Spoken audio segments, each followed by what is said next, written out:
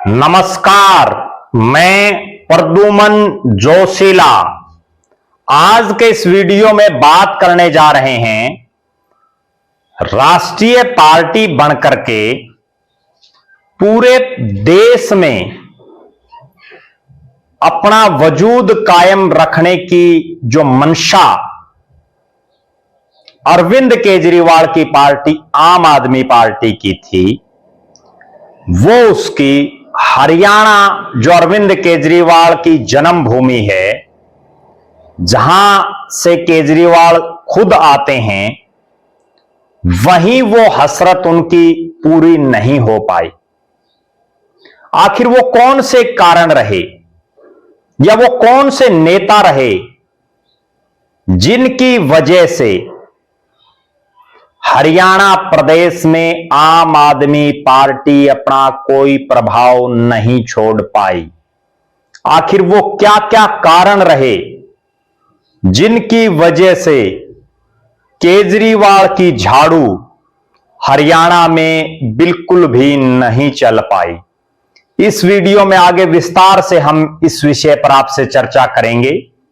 उससे पहले आप सभी दर्शकों से अनुरोध है कि आप YouTube पर हमारे चैनल को सब्सक्राइब करें, बेल आइकन घंटी का बटन अवश्य दबाएं, YouTube पर हमारे चैनल को ज्वाइन अवश्य करें ताकि आपका हमें निरंतर सहयोग मिलता रहे।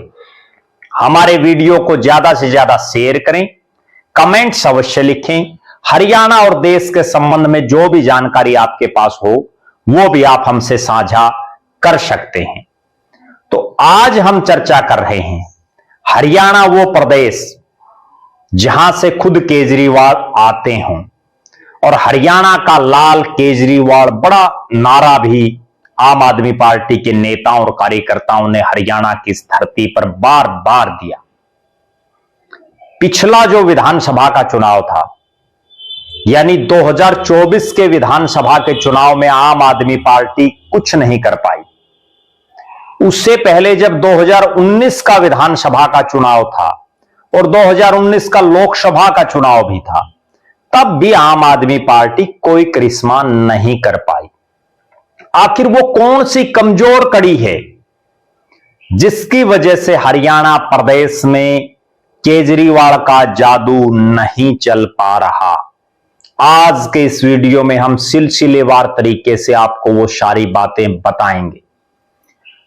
आम आदमी पार्टी का जब गठन हुआ, आंदोलन से निकली हुई पार्टी अन्ना हजारे की जन लोकपाल को लेकर के दिल्ली के रामलीला मैदान में जो बहुत लंबी उनकी भूख हड़ताल चली, बहुत बड़ा आंदोलन चला, देशव्यापी आंदोलन चला, और उस आंदोलन से देश में जो तीन चीजें हुई, कांग्रेस पार्टी की सरकार गई, नरेंद्र मोदी के नेतृत्व में बीजेपी की सरकार बनी, और तीसरा उस आंदोलन से एक पार्टी निकली, आम आदमी पार्टी, जिसके राष्ट्रीय संयोजक बने अरविंद केजरीवाल। हरियाणा प्रदेश में उस समय दो बड़े नेता आम आदमी पार्टी में उभरे। एक बहुत बड़े जो राजनीतिक चिंतक भी हैं, योगेंद्र यादव, और दूसरे नवीन जयहिंद। नवीन जयहिंद को आम आदमी पार्टी ने प्रदेश का अध्यक्ष भी बनाया। लेकिन समय बीतता गया और दोनों को ही पार्टी से दूरी बढ़ानी पड़ी। आज के दिन दोनों में से कोई भी केजरीवाल के साथ नहीं है, बल्कि दूरियां भी इस कदर बढ़ चुकी हैं जिसका अंदाजा तक नहीं लगाया जा सकता। फिर हरियाणा प्रदेश में जब योगेंद्र यादव और नवीन जयहिंद एक्टिव थे, तो हरियाणा प्रदेश में आम आदमी पार्टी के उभरने की कुछ उम्मीदें थी। एक ब्राह्मण चेहरा थे, दूसरे राव या यादव, जिसको हम कहते हैं बैकवर्ड क्लास से आते हैं, वो थे।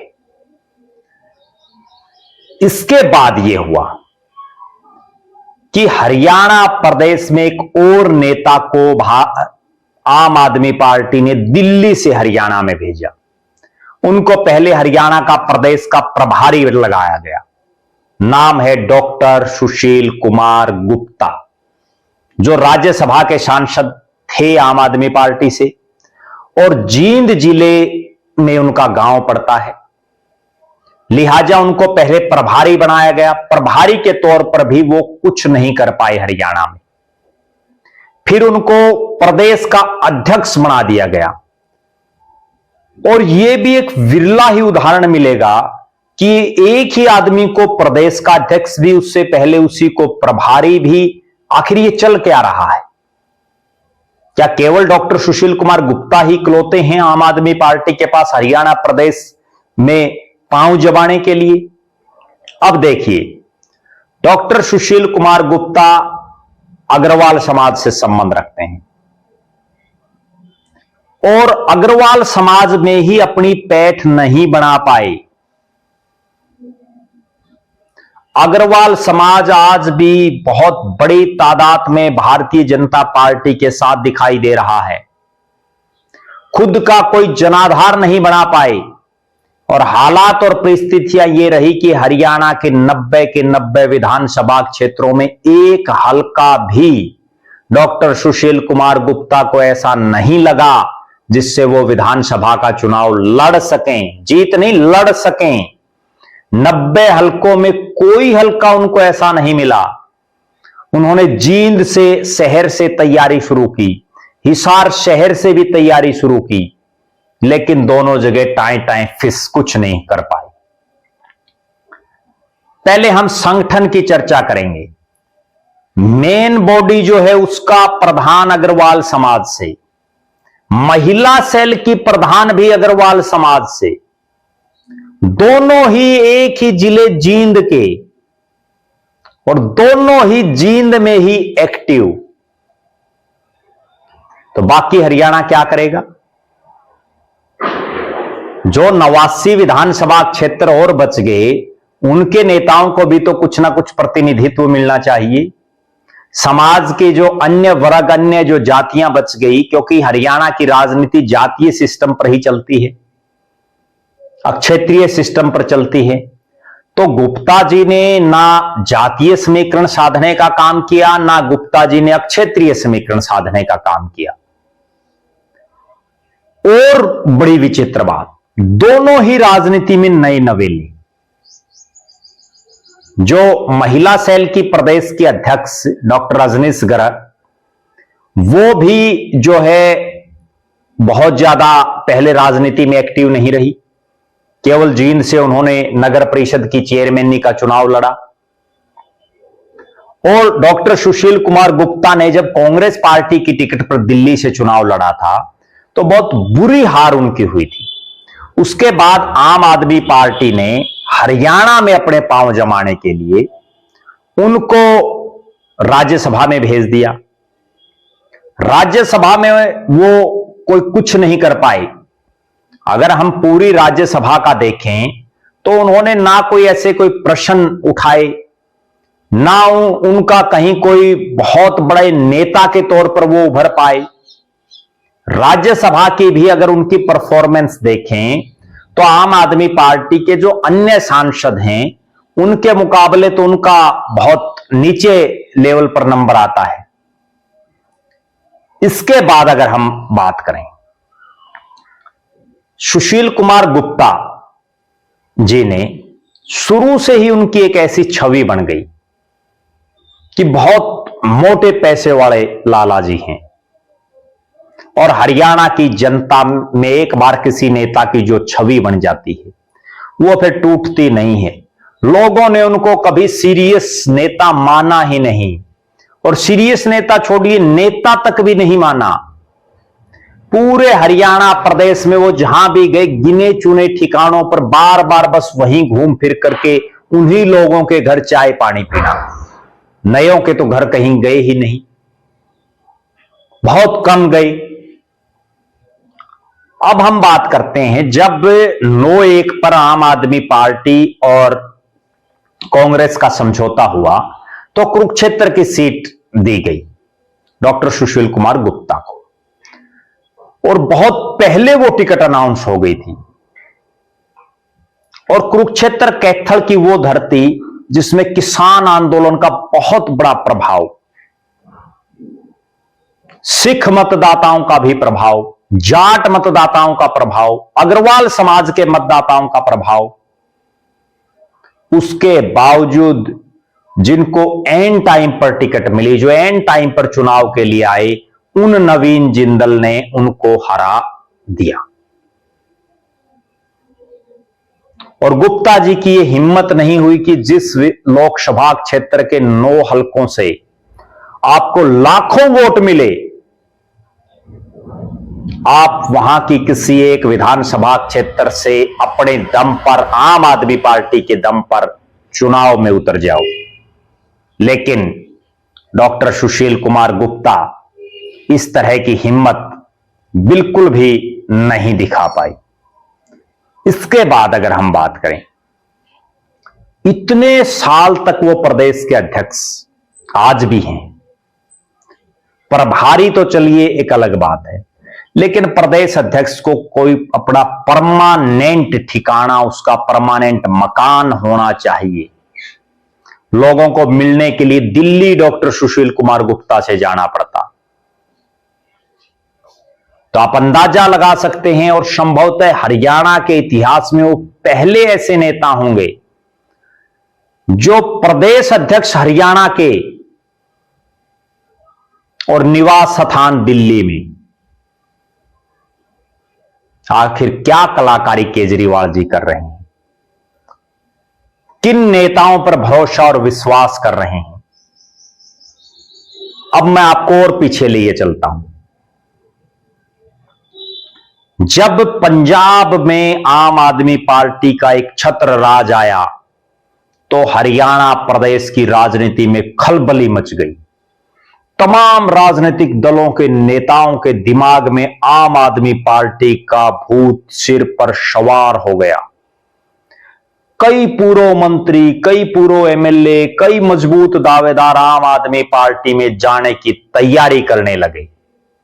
लेकिन डॉक्टर सुशील कुमार गुप्ता के इस तरह के बयान कि हम ये चीजें जांचेंगे, हम ऐसे करेंगे, हम ये टेस्ट लेंगे, हम फला करेंगे, इंटरव्यू लेंगे, तब जाकर के हम जो है उनको शामिल करेंगे। और उससे हुआ ये कि जो पंजाब का बूस्ट था, वो जितने दिन रहा उतने दिन तो डॉक्टर सुशील कुमार गुप्ता हवा में रहे। और जैसे ही वो हवा निकल गई, उसके बाद प्रत्याशी तक भी ढूंढने से नहीं मिल पा रहे थे। ये हालात आम आदमी पार्टी की बन चुकी थी।